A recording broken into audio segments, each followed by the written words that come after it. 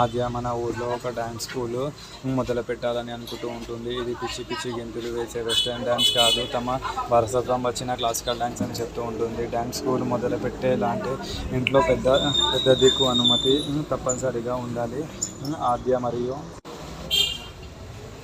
జానకి చాలా భయపడుతూ ఆయనని ఎలా ఒప్పించాలి అని చర్చలు చేసుకుంటూ ఉంటారు. అయితే జానకి కంగారుగా వెళ్ళి మామయ్యని మాట్లాడుతూ కలుపుతూ ఉంటుంది. అయితే తరువాత ఆద్య మరియు శ్రీను కలిసి విషయం చెప్తారు. ఆద్య క్లాసికల్ డ్యాన్స్ స్కూల్ స్టార్ట్ చేస్తాను, మన ఊరి పిల్లలు వెస్టర్న్ కల్చర్ వల్ల పెద్ద కాకుండా చూసుకుంటాను అని గట్టిగా చెప్తూ ఉంటుంది. అయితే మామయ్య చాలా సంతోషంగా మన ఊరి సాంస్కృతిక సంప్రదాయాలు నువ్వు చేసే ఈ ప్రయత్నానికి నా పూర్తి సహకారం ఉంటుంది అని గ్రీన్ సిగ్నల్ ఇస్తూ ఉంటాడు. అయితే ఇది విన్న ఆద్య చాలా హ్యాపీగా ఫీల్ అవుతుంది. ఇంకోవైపు అనగాదేవి తన కూతురి మేఘతో వెస్టర్న్ డ్యాన్స్ స్కూల్ పెట్టించి ఊరి పిల్లల్ని తప్పుదారి పెట్టించాలి అని చూస్తూ ఉంటుంది. ఇంట్లో ఉగాది పండగ సందడి మొదలై ఉంటుంది. అయితే శ్రీను మరియు ఆద్య మావిడాకుల తోరణాలు కడుతూ పండగ సంతోషాన్ని చేసుకుంటూ ఉంటారు. అయితే ఒక లేడీ పనులు చేస్తూ చాలా కోపంగా ఉంటుంది. నేను తొందరలోనే